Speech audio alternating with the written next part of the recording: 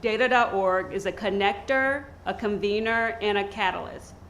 Through 5 data capacity accelerators in the US, India, Latin America, Africa, and the Asia Pacific, our Capacity Accelerator Network, or CAN, is building a global workforce for data and AI practitioners, while helping impact-first organizations unlock these tools in service of their missions. Through CAN, we invest both in supply and demand, strengthening the pipeline and advancing the readiness of organizations to think, plan, and operate responsibly in an AI-driven world. Our work is globally informed and locally grounded through more than 100 cross-sector partners.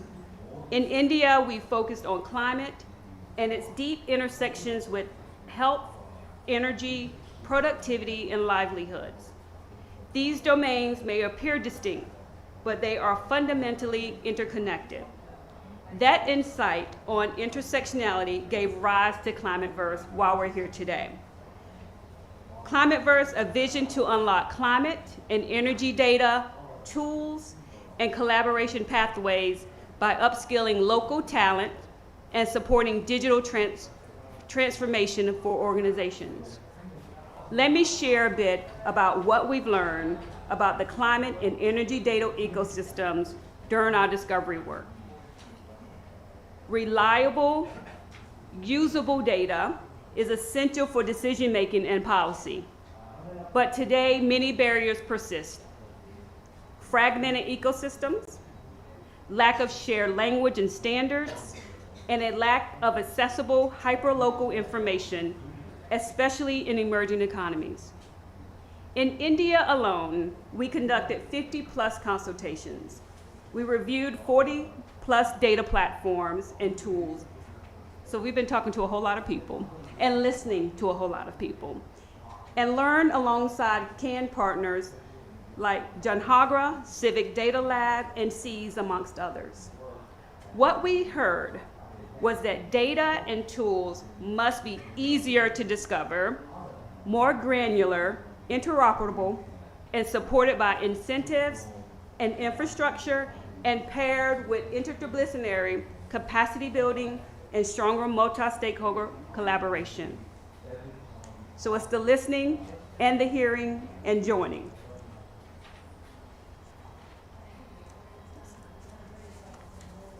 India is already doing important work in this space, but the real questions now are, how do we move from pilots to system-level change?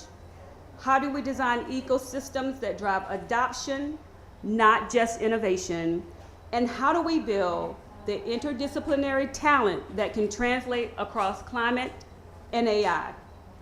To integrate climate and energy data into real decision-making, we need to build local capacity and advance organizational AI readiness and activate partnerships across academia, practitioners, industry, and government. We all have a role to play.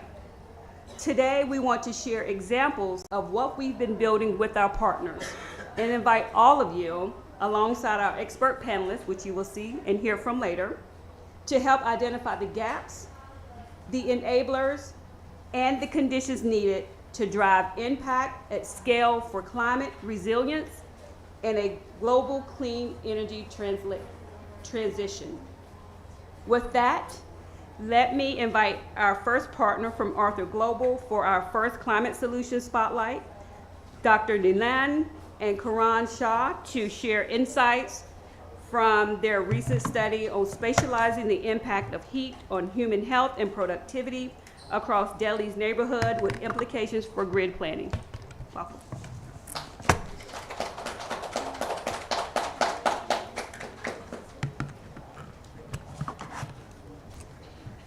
Okay, thank you very much, Kormiki, and very good morning to all of you who are here today. Thank you for being there.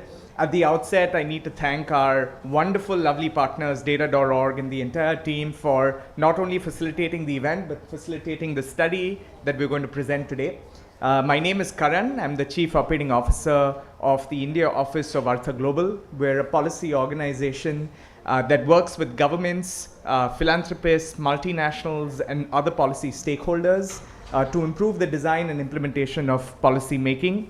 I'm here with my colleague, Professor Nilanjan Sirkar, who's the director of the Center for Rapid Insights, which is our Rapid Insights unit that aims to support governments and partners with providing policy-relevant feedback in a rigorous but timely manner.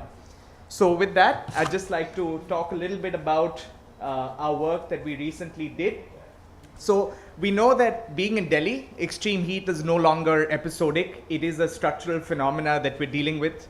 We're not talking about heat waves as shocks anymore. We're talking about a significant rise in the baseline. When Delhi records its warmest night in 6 years, we know something is going wrong. There is no relief. Nights are no longer providing that relief anymore.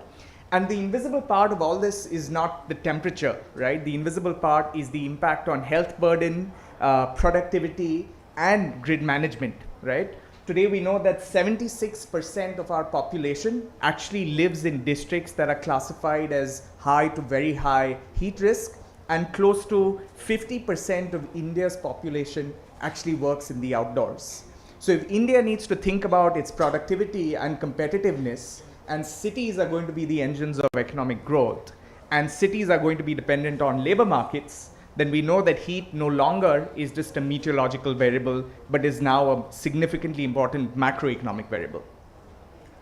So our work on heat actually has been going on for several years. So back in 2024, between the months of May and June, Artha actually conducted India's largest survey to try and integrate the impact of heat on the health of citizens. We surveyed 27,500 Indians across 20 plus states and about 490 plus assembly constituencies to try and discover three things. What is the impact of heat on health, and how are citizens coping both at home as well as their workplace? The results, as you will see, are startling. Close to 45% of respondents actually reported to have one member of their household ill in the last 1 month because of a heat-induced issue, right? And close to 2/3 of those actually fell sick for more than 5 days. Now you can just sort of try and understand the impact on productivity here, right? And when you start digging into the into the data, you realize that heat has very, very uneven disturbances, actually impacting the less privileged significantly more, right? Even coping gave us a lot of insights. So greater than 30% of people actually said that they are uncomfortable in their own homes. And even from the ones that said that they are comfortable, more than 40% relied on either air conditioners or coolers, right? Now this tells us that cooling has become a private adaptation strategy. We still don't have a public one, right? So that was the motivation of our study. And what made it very clear that heat has very, very widespread impact, and that impact is not evenly distributed. So we said, okay, how is heat distributed then? And we looked at cities as a critical part to identify that. Now we all know about the urban heat island effects in cities. Cities amplify heat, distributed even more unevenly. Concretized areas are causing heat traps. Building materials are actually keeping heat much longer. The lack of adequate tree cover is causing natural ventilation and natural cooling to actually disappear. We know all of these things are actually impacting heat very badly, right? Now here is where we felt that our response architecture is failing, right? Most heat action plans in the country today are made either at the state level or the district level. But heat is significantly experienced at the neighborhood level, right? And that's the scale mismatch that we wanted to highlight with the study to try and see if heat action plans can be more granularly informed, right? Now, we began our hypothesis just on 3 parameters, and we said the way in which heat is experienced actually rests on 3 parameters. The first parameter is who you are, right? What's your occupation? What are your daily routines? What appliances do you own, right? What sort of economic background do you belong to? We said that has a significant impact on the way you will get exposed to heat as well as deal with heat. So that was the most important contribution to the study is to bring the voice of citizens and layer that with other forms of data, right? The second question we asked is, how is your neighborhood built? And this is not your district or your city, this is your immediate neighborhood, right? Is it well planned? Is it formal? Is it informal? Is it dense? Does it have a lot of tree cover? Does it not have enough tree cover? Those are the aspects that we looked at. And third is where you live. So even where you live actually makes a big difference, because temperature, humidity, pockets of airflow and ventilation can make a substantial difference and cause pockets of uneven heat across cities, right? So the hypothesis was that these are the three pillars on which we will be able to understand the impact of heat on households. And that's what led to the study. So with that, I'd just like to welcome Professor Neelan to walk us through what some of these findings were and talk about what implications does this have on plans as well as grid management.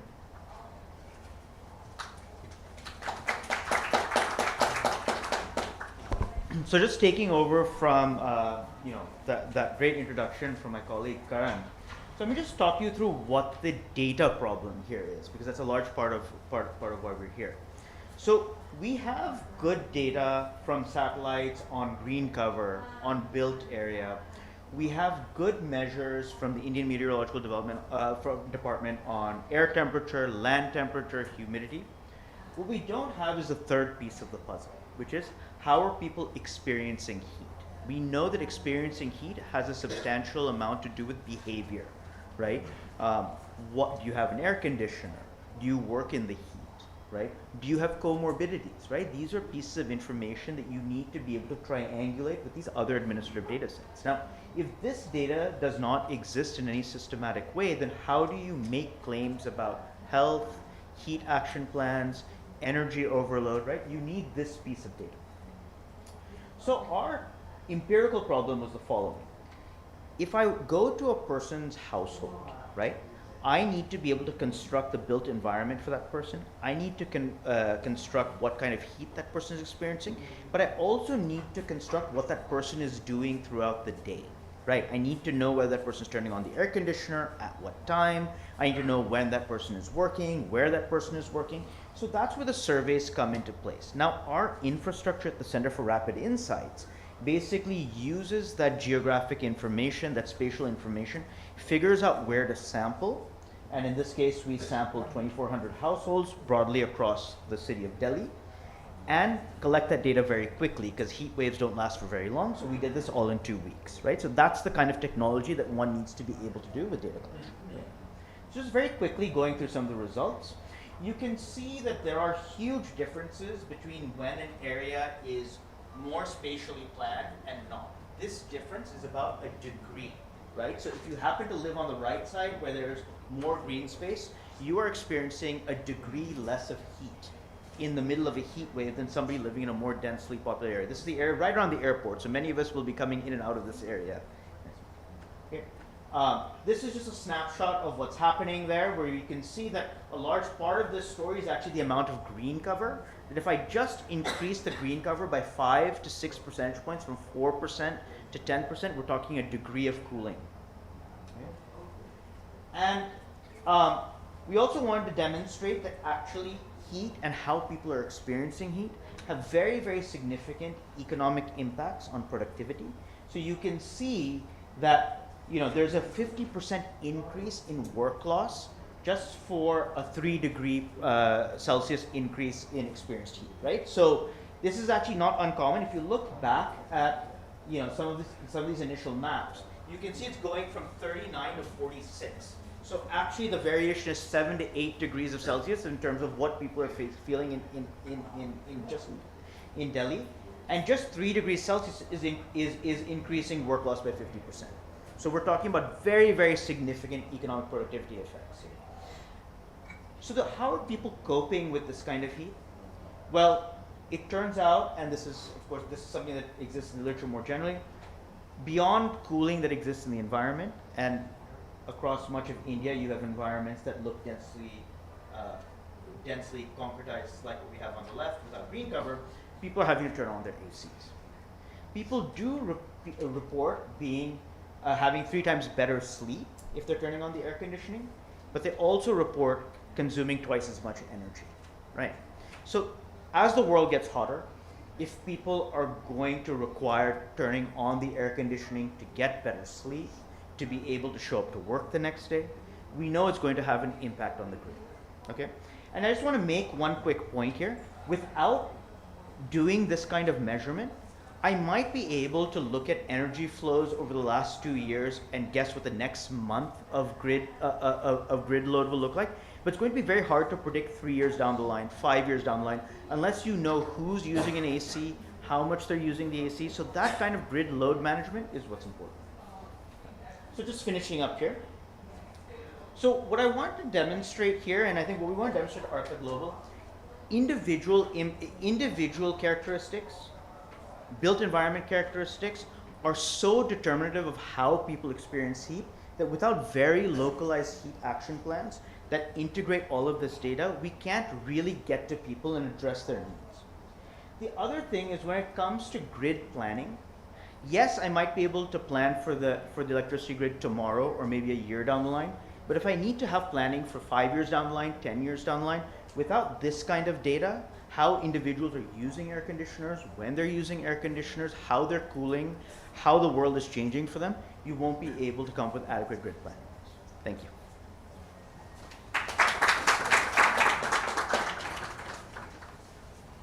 Thank you, Karan and Neelan, for those great insights. Next up, we would like to share another example of a use case in the AI and energy space from ClimateDot, and I invite Akhilesh Magal to talk about their work on open data architecture and how it will shape multiple use cases for India's energy stack.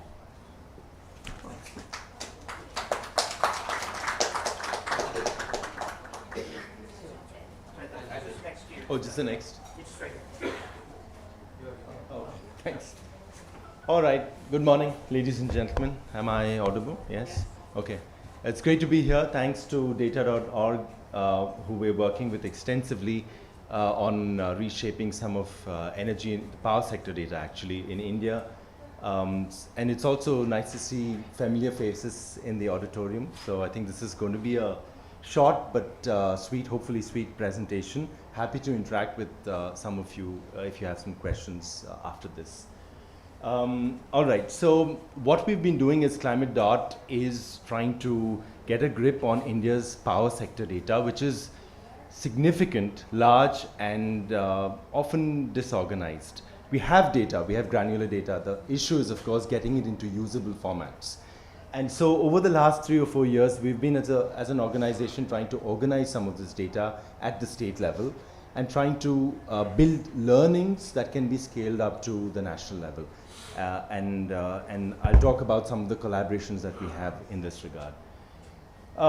So what is the problem? As I said, India's power sector, we have a lot of data, significant number of data points, but it's largely unstructured and non-interoperable.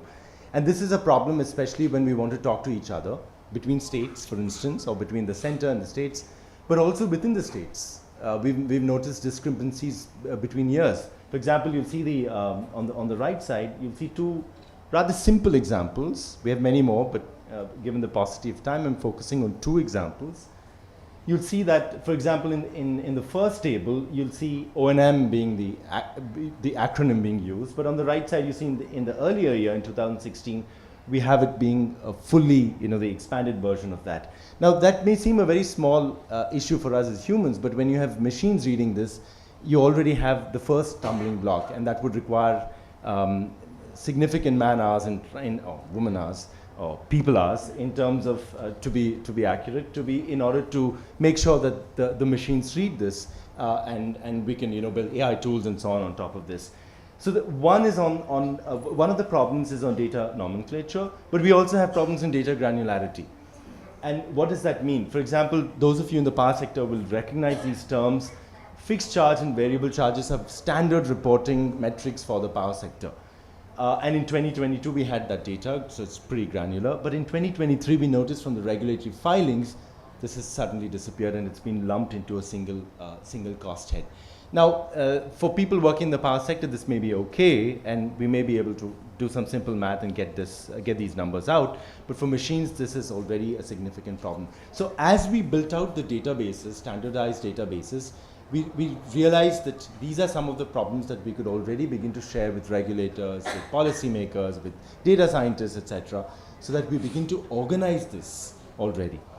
And so what we've worked on for the last 2.5 years, also with support from our partners, data.org, our funders and so on, we've tried to build a unified and scalable data architecture for India's power sector that works across states and within states as well. And I'll tell you why the within states is so important.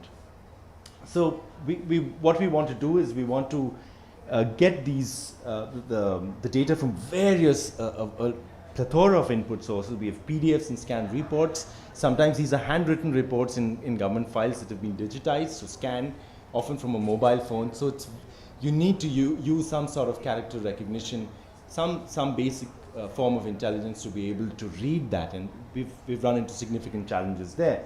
Most of the other data is on spreadsheets and databases, easier to read, but the challenge is that these aren't really organized in the way we would like them to be organized. So they're not consistent. We, of course, now the government has worked significantly in putting out a lot of data in the public domain, in portals and so on. Each department having their own portals, but the problem is most of these portals don't really talk to each other. So they are not just the front end is different, but also the back end is very different. Sir smiling, so I know this is a problem. And of course, we have significant number of data silos that we just don't know how to access. Sometimes for good reasons, because this isn't data that you can make public, but sometimes this is publicly available data that is sitting in silos. So can we begin to have a discussion on making this accessible? So what we've done is really over the last 3 or 4 years build scripts, intelligent scripts that can sort of scout the internetverse, get this data that we want, scrape the data and aggregate this data. This is not efficient. If some of you have a computer science background, you know that this is typically not a very efficient way to do this. What would be efficient is to have an API or an API access to this. And so what we've done with all the scraping is built a standardized data acquisition method, but also an architecture for the power sector. The key point in the outcome is to make this standardized and machine readable. What this means is if we can get this data read by machines with very little human interaction, that's the best, because it really increases the pace at which we can begin to bring various state-related data onto a single homogenized architecture. We, of course, the applications from this are there's a multiverse of what we can do with these applications. What we've been doing is building analytical dashboards, so power sector dashboards at the state level, and I'll show you on the next slide what we've done. But we can also build AI and insights. So any AI engine today requires machine readable data. Data is extremely important. So once we have these databases, which various tools can plug in, then building AI tools on top of this becomes really, really easy. I mentioned the API aspect, and I think that's critical, but then all of this can go into making better policies and effective decision makings, which is what we do as an organization. So a small example of what we did for the state of Goa. Goa, we're working with the state to understand how to bring in all their power sector data into a single portal. This is 15-year data, goes back in history. And that's just an example on the right side of one of the pages of that portal, where we were tracking their renewable power obligation, something very important, especially from a climate and an energy transition perspective. The QR codes are up there, so if some of you are interested, you can scan the QR codes. It should take you directly to the website, and it's a very interactive, very visually built dashboards. And I have 1 minute left. I'm just wrapping up. Thanks. So. Essentially walking through this process of automation, standardization, and visualization, right? So we need automation, we need to reduce the manual intervention, we need to standardize a lot of this, which we believe we've done for at least 2 or 3 states, and of course then build interesting tools that are usable, not just tools that look at past data, but perhaps modeling tools and predictive tools that look at what the power sector might be in the next 5 years. So extremely crucial from a policy perspective. So that leads us to the India energy stack, and I'll talk very little about this because we have people who are leading this initiative. Shweta, my colleague, is here. So it's an initiative built, or rather led by the Ministry of Power, the REC, and FSR Global. Shweta is here. It's essentially the digital public infrastructure for India's energy sector, very similar to the UPI. Can't read this, but I is for power. What UPI was for banking in India. It unlocked $1 trillion, $2 trillion economy, something like this. So can we do something similar for the Indian power sector, where someone from Tamil Nadu can sell electricity from their rooftop power plant to someone in Ladakh? If this is possible, I think our work as researchers, is really would come to fruition. So we can certainly take questions on this in our panel discussion, but I'll wrap up here, and I thank you very much for your attention. Thank you. Thank you so much for that. Thank you so much for that. You've heard some great presentations about what's possible with data, but remember, the data is about the people at the end of the day. So there are many more such climate and AI solutions that innovators in the room will be able to share. But for the next segment of this session, I want to invite my colleague Priya Parani, Director of Capacity Building at Data.org, to explore the enabling conditions to accelerate the climate and energy data ecosystem for sustained public impact with an esteemed panel of global experts. Priya.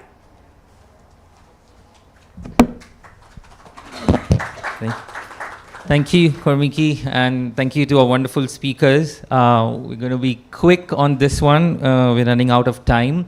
But I quickly want to bring on key experts so that my talking is minimal on this panel, and you get a chance to listen to these global visionaries.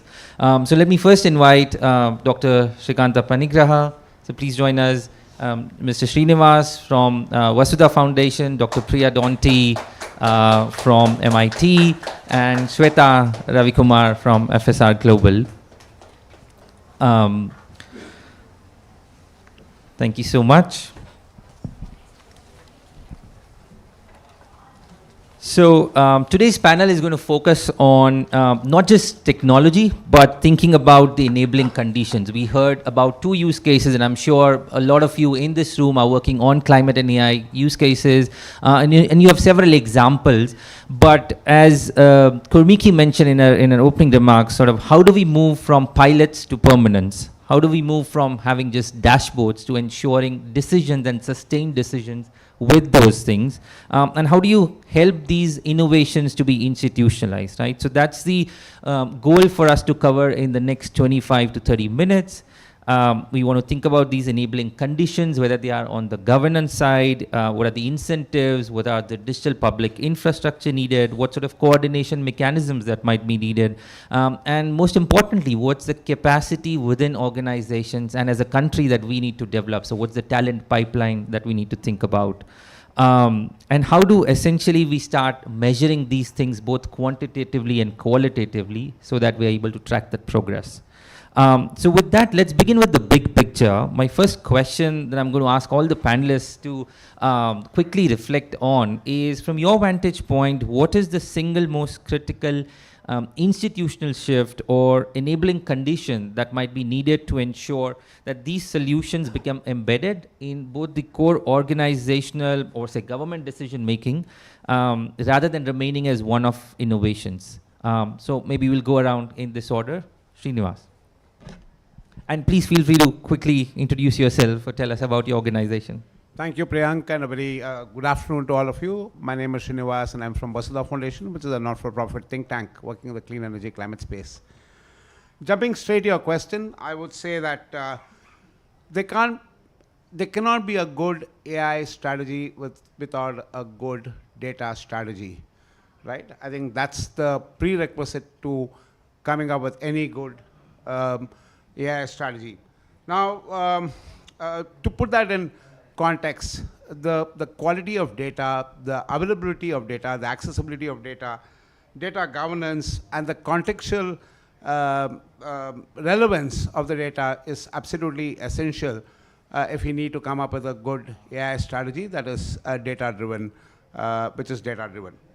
Now, but having said that, if you look at at AI as a whole, its ability to process vast volumes of data and extract actionable insights at a very, very short span of time is incredible. So we need to leverage that.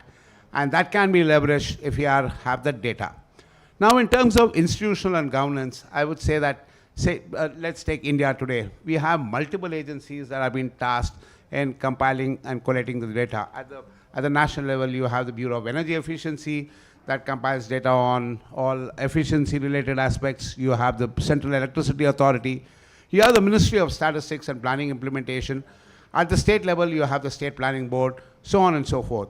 But then what is still lacking is the granular data collection and compilation. That's something that is still lacking, I would say. And so that's where institutions need to gear up to ensure that we have more granular collection and compilation of data at a higher frequency of sharing.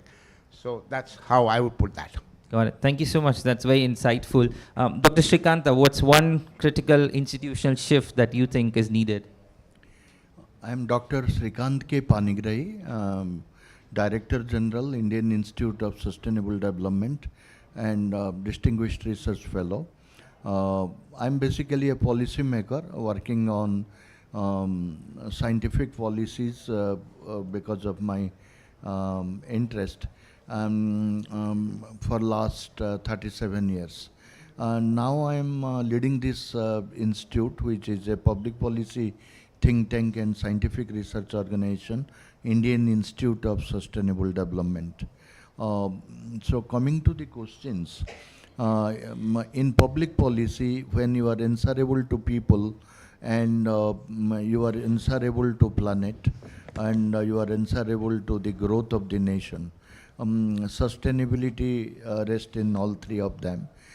You have to be very particular that analysis-based decision making has to be adopted. And analysis-based decision making is only possible when you are adopting tools.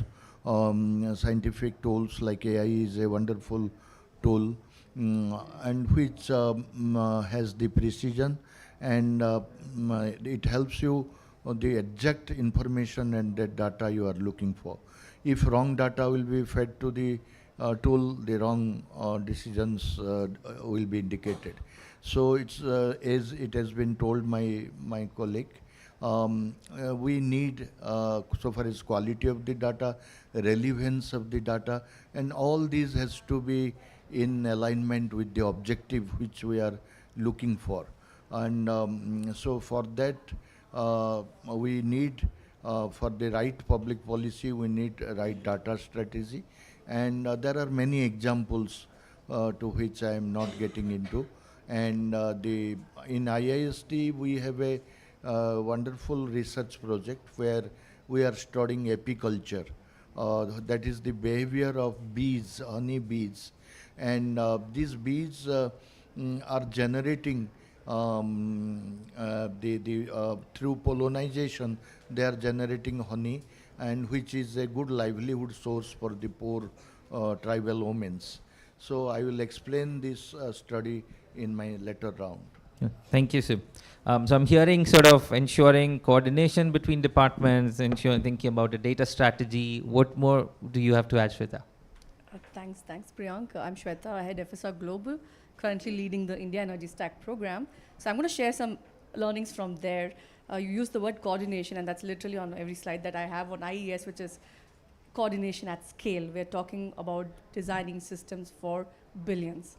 So I think the government has already started to take its steps in terms of this whole of a government approach. What we have done through this initiative is taken that to a whole of an ecosystem approach, because we need in such a multi-sector, multi-stakeholder projects, we need all of them at the design board. If we don't articulate what is in it for me, for every stakeholder from early on, the question that you asked, can we move from pilots to scale, would be a recurring question. So to have them in the drawing board is very important. And in terms of actually scaling in the AI unlock, I think inclusivity is a very important aspect we need to consider. Akhilesh was just talking about, can I trade from Tamil Nadu to another place? In fact, 2 days ago in this very room, we facilitated that trade and showed how a farmer, Arun, from Meerut was selling to a garment owner in Lakshmi in Delhi across state borders. And they did it through very simple WhatsApp-based interfaces because they didn't want to understand all of this complicated AI. That's for all of us engineers who love to work with complicated things. As a consumer, they could talk in their local language to an AI bot in WhatsApp and trade power. It needs to be made as simple as that for the stakeholders. Ultimately, if all of the best ideas in this room need to scale in countries like ours and beyond. Got it. Thank you. I like the phrase coordination at scale, thinking about the billions. Dr. Priya. Yeah, hi everyone. I'm Priya Donti. I'm an assistant professor at MIT working on developing AI for power grid optimization and renewables integration. And I'm also a co-founder of Climate Change AI, which is a nonprofit focused on large-scale democratization and coordination of skills and expertise in AI and climate. And so I think adding on, I agree with everything the other panelists have said. So the two things I will add. One is being principled about defining what success means for solutions. I think often we're building without doing that. And it leads to things like when we have, let's say, a pilot innovation, we don't know where we're headed. We don't know what that intermediate success is leading to a final success, since we don't set up stages for actually moving things forward. We also kind of defining what success means having metrics that are kind of stated, that are measured. It means thinking about what is the role of the technical system versus the human who's making a decision around it. So I think basically kind of anchoring in that notion of what is success, how do we measure it, how do we get there, what is an intermediate success, I think drives a lot of really important thinking and infrastructure around this. The second thing I would say is having, I think we've heard a lot about coordination, but I think also being principled about what kind of cross-functional skills are necessary to actualize and measure solutions in the long term, and kind of what that means in terms of gaps, in terms of what kinds of actors exist in the broader ecosystem to make that happen. Right now, there's a little bit of a dichotomy where kind of, between kind of, can we build capabilities in-house versus can we procure externally? And when it comes to external procurement, often there's some sort of generic notion of, there's like some notion of a solutions provider that does generic data, that does generic AI. And yet in many places, kind of solutions are very specific, right? We heard about power system related, data standardization. That kind of effort is really important, but also looks very different if you're doing that in health, if you're doing that in buildings.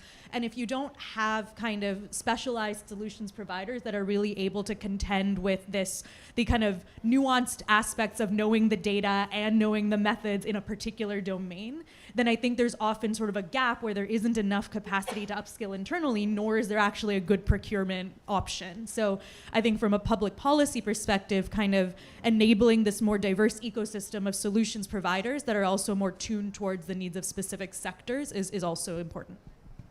That's wonderful, and that's core to sort of the philosophy at data.org that we think about, where it's essentially putting people at the center of the problem.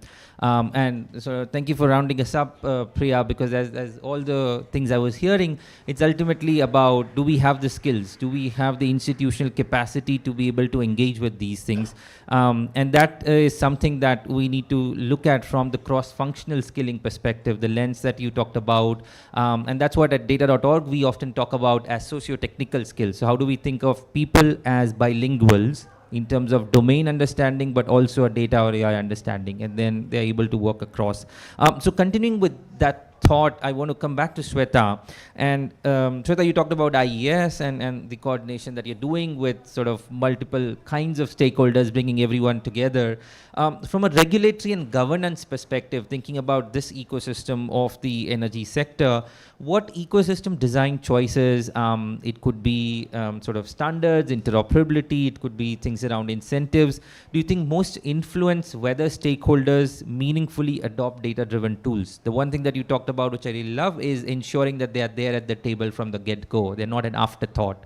No one wants to be an afterthought. But amongst these things of standards, interoperability, incentives, what do you think ensures sustained adoption of tools? Thank you. I'm going to break it down through what we call the AAA framework at the India Energy Stack. So first is the architecture, which is all of the technical specifications. I'm not using the word standards because standards means it's an authoritative stamp, right? So it's a combination of standards and specifications and new things coming where their old cannot sort of adapt to. So it's going to be a suite of specifications and standards that allow for all of us to have sort of a common data language, let's put it that way, so that if you and I want to exchange information, we know what and how to do that. If two systems need to do, as we saw in the use cases, they know how to do that. And the power sector is quite complicated. You have millions of assets and billions of people interacting, so we need to have a basket of solutions that need to come together and be interoperable at the core.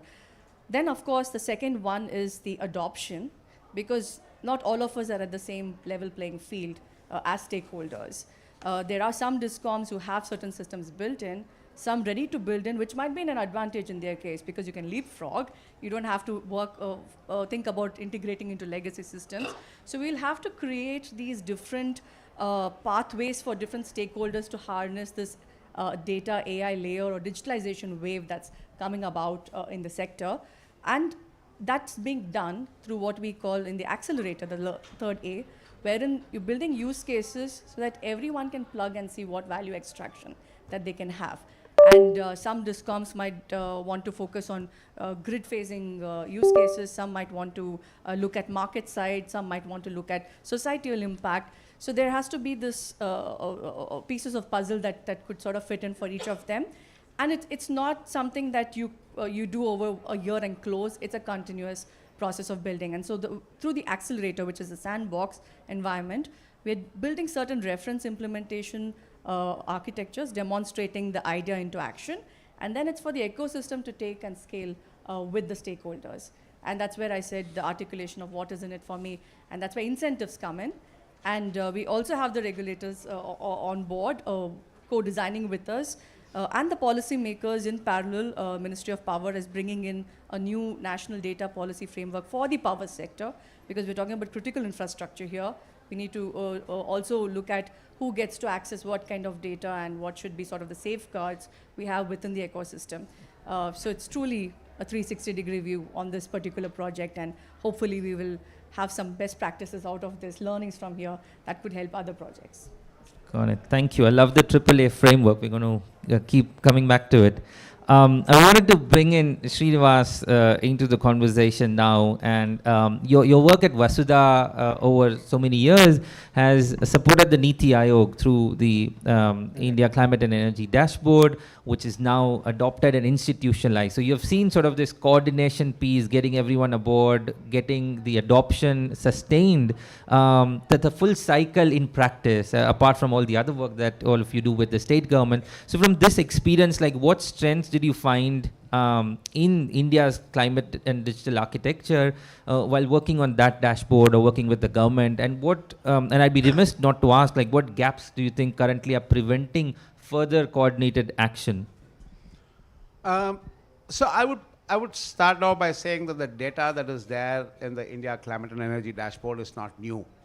It's there in multiple reports of various ministries and agencies. It is there in multiple dashboards of various ministries and agencies. But what the ICD does, it brings together data from all these various reports, all the various dashboards in one unified manner, and it actually marries, this is from the entire power sector and energy and power sector value chain, and it marries the data with the climate data and key economic indicators. So what it actually does is it gives you a holistic picture of what are the trends and developments in India's power sector, power and energy sector, but viewed from a climate and a development lens. So that's what the ICED does. Second, what it does is that the visual architecture in a way has been designed that it brings out the nuances of the trends. So it's not just about aesthetics. Yes, we did take care of aesthetics. We did want good-looking graphs, but we also wanted graphs and infographics that brings out the key nuances that one is looking at to give a holistic picture of what is happening in this entire sector. If you're looking at energy transition, you can actually get what are the trends. Now, if you look at the kind of users of the ICED, from a low of about average of 2,000 hits per day, we get as much as 5,000 hits per day, with roughly, how many I would say, 5 lakh users across multiple stakeholder groups and from 170 countries, so virtually the entire world. Okay, we have 195 odd countries, so we have 170 countries, we have hits from 170 countries. Now, that's the kind of impact that the ICD has had, so it's not just in India, but it's also global. Coming to the second point on the challenges. I think the biggest challenge that we still have today is that we still have dedicated staff who have to do manual entry of the data. I think in today's time and age, I think we should have digital integration. We should have APIs that Akhilesh talked about. I think that is something that is still lacking. Yes, for some of the data sets, we are able to digitally scrap it, but then by and large, we have, and Rahul is here, and you can see we have a dedicated team who are just into this manual entry. And that's a pain, because not only does it mean that errors tend to seep in and we have to do a lot of quality checks, but also means that the ICD still remains near real time, and we wanted to make it real time. So now we have a 3 to 4 days gap, but we would like to ideally make it real time. You know, the second challenge I would say is that there is still a reluctance, even for non-sensitive data, to share the data, right? I would say a combination of reluctance and a combination of sluggishness. Sometimes when you are dealing with getting the data, it's like pushing a wet sponge. It's as sluggish as that. And that sometimes gets a little tricky, you know, because we are very conscious that we want to have this as a real time. And so when the sluggishness seeps in, then things tend to get a little slow. I would like to add one other point. Now, if you look at how do we avoid duplication of efforts, and which I think I would. One thing that we at Vasudha have always been endeavoring, and not just with ICD, but all the dashboards that we created with states, whether it's a Gujarat Climate Action Tracker, a Tamil Nadu Tracker, whether it's a Kerala dashboard, or even the predecessors of the ICD, which was Vasudha Power.in or Vasudha EMI. One thing that we made very clear is that the data is available in open domain. Anybody can use it. There's no paywalls. And the whole idea was to reduce duplication of efforts and also ensure that people can share the data. Got it. Thank you so much. I think that idea of reducing barriers to access and making any tool user-friendly is super critical. I want to bring Dr. Srikanta into the conversation and think about the aspects of equity, just transition, long-term resilience. From your experience, sort of, you've been a key global climate negotiator for India. You've been part of Niti Aayog for many years.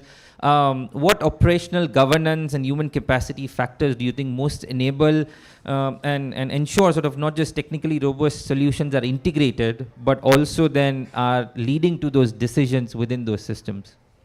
Very important question indeed.